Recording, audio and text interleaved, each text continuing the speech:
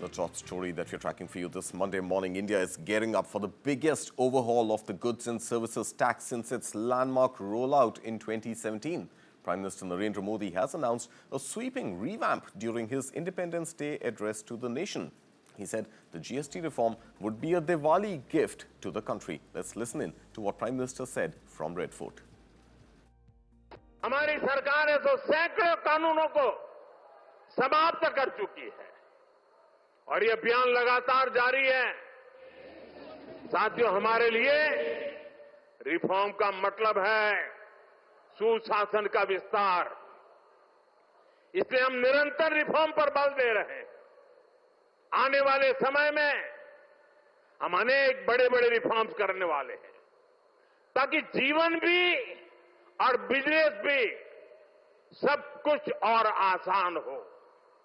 साथियों, इसी कड़ी में अब जीएसटी में नेक्स्ट जनरेशन रिफॉर्म होने जा रहा है। इस दिवाली जीएसटी रिफॉर्म से डबल बोनस देशवासियों को मिलने वाला है।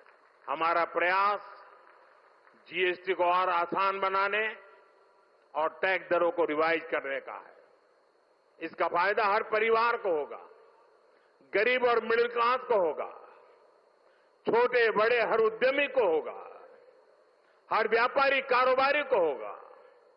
साथियों, भारत की बहुत बड़ी शक्ति हमारी प्राचीन संस्कृति है। And just hours after his speech, news reports quoting Finance Ministry sources suggest that the new reformed GST would now include only two potential GST slabs. Now, these would be the 5% and the 18% slab applicable to most goods and services. Now, this against the existing 4 slabs from 5% to 28%. Now, so far, GST is exempt on essentials like milk, foods and fruits. But the 5% slab is applicable only on packaged essentials, followed by the 12% on other needs like stationery and apparel priced under 1,000 rupees. 18% currently on wants like mobile phones and small cars, and 28% on tobacco as well as SUVs. Now, essentially, the GST 2.0 is expected to simplify tax slabs and move some items to a lower tax slab, providing what Prime Minister Modi alluded to as a relief or a Diwali gift to Indian consumers. Reports also suggest that GST 2.0 will get rid of the controversial 28% tax slab. But some reports say a higher sin tax of 40% would now be applicable to tobacco as well as SUV cars. But there are also pending issues which are yet to be resolved by the GST Council, demands from industry and citizens that have so far not met with clarity. Number one on that list is the GST relief on insurance premium. Then there's also the inverted duty structure for electric vehicles, where the tax on input is incidentally higher than the tax on the final goods.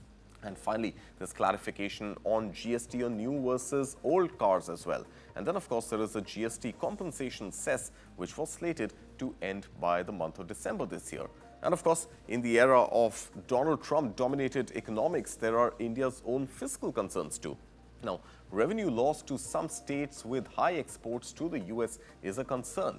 Will this tariff offset now boost local consumption by way of a reduced GST? That's one of the big questions that we will try and address for you today. Also, there's India's fiscal deficit target of 4.4%, and in the wake of tariffs, there is concern over India sticking to that fiscal glide path.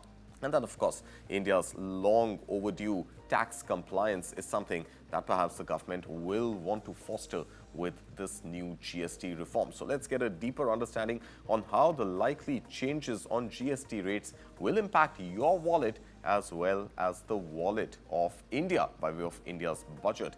We have two guests joining us this morning: Anita Rastogi, Principal, Price Waterhouse and Company LLP.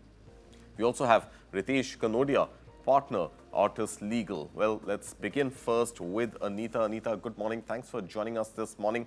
First up, help us understand if there is truth in the reports that there are only going to be two likely slabs at 5% and 18%. Which items of 12% will move on which side? Well, I think, before I answer that, I think what is very important for me to tell you is that this has been a very, very long-standing request and demand by the industry that so many rates should be removed, right? And if I come to your question specifically on the 12%, there are many products which are at 12%, which should definitely come down to 5. You can really name it from biscuits, jam, sausages, a lot of daily stuff which is required, even to the extent of in the education sector when we're talking about the notebooks which are at 12%. Why should they be at 12%, right? So I think there are many day-to-day common man things which are required to be reduced from 12 to 5%.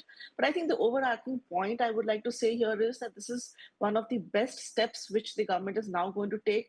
It's high time that different rates should be removed, because it actually leads into not only disputes with regard to classification, but also less tax compliances, I would say, because if you have less rates, there's less confusion. And I think the people would like to be more compliant in that. One. Second is, today, the courts are overburdened with a lot of litigations, right? Whether it's advanced ruling or it's the High Court. So all of this will get sorted and settled. So I think this is a huge, huge welcome announcement by the government. And we really look forward that the rate should only be as minimum as possible. And the lower rates, the better. You also mentioned something about Trump. So we know that, the way the geopolitical scenario is going on in India today, the world, Indian consumption is so much required. So if there is a lesser GST rate, people will be able to consume and buy more things, and that is going to really help in the economy. So I think a lot of areas which can be streamlined in this GST 2.0 reforms. All right, but Anita Rastogi, obviously the plus side is that certain goods are going to become cheaper, and that comes by way of lower GST on them. But then the argument that there is going to be higher consumption, which is going to offset the tax shortfall, is that a valid assumption to take right now, especially given items which are, let's say, in the 12% bracket, which will fall to 5%? You aren't really going to consume any more of the notebooks and the stationery that you used to earlier. So how's the government really going to offset the tax loss by way of this reduced GST on certain items?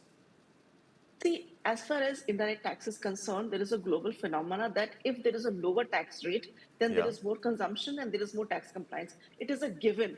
The max doesn't work just 1 or 2 plus, right? The way it works is that it's not just the notebooks, it's that people who are not maybe complying on the tax compliances will be complying that. That is one. Second is, there are aspirational things which now people want to buy. There is a middle class or lower middle class, they want to buy things which are, as of now, maybe a little out of reach for them. For example, things like a better TV or a fridge or an AC. I think all of that is going to help in larger consumption. So the huge population we have, I'm 100% sure that this is going to increase the tax revenue of the government, meaning thereby that there'll be no loss of tax revenue because there'll be an offset. So it All is right. it is it is an economics which works globally. It works. Lower the rate, more compliances, more tax collection to the government. All right, lower the tax rate, more compliance, more would likely be the tax revenue. But then there's also this contentious 28% tax, and that 28% tax plus cess is also applicable to SUVs. And SUVs, Anita Rastogi, have been the fastest selling automobiles on Indian roads. Now, if reports are to be believed, and that 28% goes up to 40%, while the per unit GST collection for the government would be higher, is that going to dent India's passion for SUVs as you see it right now? So the way we have heard, I mean, this is all just hearing which we have heard from the government officials, which is still not really reported, is that there is a possibility that there will be two different types of rates for automobiles. One is going to be 18%, and the other is going to be maybe 40%. So that's where the discussion is happening, which means that there will be smaller cars, which may be more affordable to the common man now. That is the talk which is happening, because that is the aspirational goods which people need to buy. So I don't necessarily see that each and every vehicle is going to be 28% or 40%. There seems to be a bifurcation which is going to be decided by the government as to which are the smaller vehicles which can be brought into a lower rate. And of course, when we're talking about vehicles, there is also this constant demand from industry on the inverted tax duty, especially on electric vehicles, that needs to be corrected. And is that something again that you're confident that this new GST reform is going to ensure? Because right now, components are attracting GST of upwards of 5%, maybe 12%, 18% in some cases, but the final tax on an electric vehicle is 5%. So do you think that inverted duty structure is something that must be fixed this time as well? So I think already there is an announcement which has been made in the press release that they are looking at the inverted duty structure to be rectified. In no economy, really, inverted duty should exist, right? So in India today, there are situations where in inverted duty concept where there's a higher rate of GST on the procurement and a lesser on the output. There are situations where the government is giving refunds. I think, and in some of them they're blocking the refunds. I would personally believe that they have added the refund also to be more smoother. So if you add up all of these things, change in the rate, inverted duty structure to be rationalized, and giving up smoother refunds, I would imagine that they would kind of sort out these problems either by way of giving a refund or by way of removing this entire concept of inverted duty structure and giving some tax benefit by way of input tax credit. So there has to be something which the government should definitely announce. Right. And Anita Rastogi, there has also been this long pending demand on insurance premium and reduction, if not doing away with GST on insurance premium. Now, GST Council after GST Council meet, we've seen that that issue has not really been addressed. So is that something that needs to be absolutely top-notch priority for the government, for the GST Council, to ensure that at least now before October, there would be a relief on insurance premium? Absolutely, I do believe that finally now there is some discussion happening where there should be a relief in the insurance sector as well.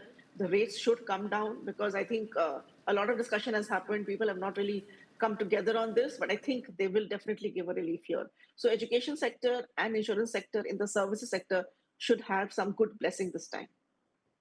Let's hope that does come through this time, and the expectations have been rife on that relief for insurance premium. But then you did mention, the Donald Trump dominated economics, and there is this looming threat of tariffs. Well, now there seems to be some clarity that at least the secondary tariffs may not come and hit India on August 27th. But overall, this era of uncertainty, and there are certain states specifically which are going to be more impacted than the rest when it comes to their exposure to the US market.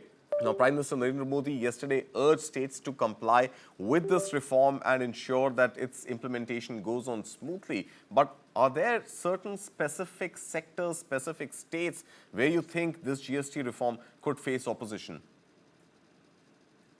No, I don't think GST reform is going to face an opposition. Here Okay. is a situation where the government is actually trying to help all of these things, which means I personally believe when you look at the kind of rate structure which they're talking about, there are various sectors which is going to get benefited, whether it's the textile sector, even the agriculture sector, because there are certain machines and there are certain products which are at 12%, which is going to change, right? When we're talking about tariff, I think from a tariff perspective, government is already examining the export only to US is not the only thing, right? We can export to various other economies of the world as well. But the fact that GST is going to reform, there'll be more Indian consumption per se, which is kind of going to balance the, let me say, the hit which might have because of the Trump announcement. So I think the government is looking inwards as well, which is so important, so critical. We are a country with huge population, and I think the consumption itself is going to help us to actually beat the impact of the Trump tariffs. So, of course, the government has made it clear that its fiscal glide path on the 4.4% target of fiscal deficit is likely to stay intact now with this GST reform. There seems to be a better chance of that glide path being intact. But while the fiscal deficit would be perhaps taken care of, what happens to India's current account deficit in the wake of Trump tariffs? No, I think a lot of things because we were expecting the US delegate to be here on 24th of August, which has kind of postponed now because that was we felt was the last time they're going to finalize the discussion with the government of India. We just hope that Trump actually gives an extension of the 27th of August date to move by another 90 days, just the way he has done for China as well. And that's when I think a deeper discussion has to be done. Clearly, we should not be really bound down to what Trump is saying. We have to take very measured steps to ensure that we safeguard our exporter community, as well as the Indian consumption. I think that Prime Minister Modi, you also spoke from Red Fort on Independence Day that there is going to be absolutely no compromise on the Indian agriculture sector. Anita Rastogi, thank you so much for your inputs, and a pleasure having you here with us.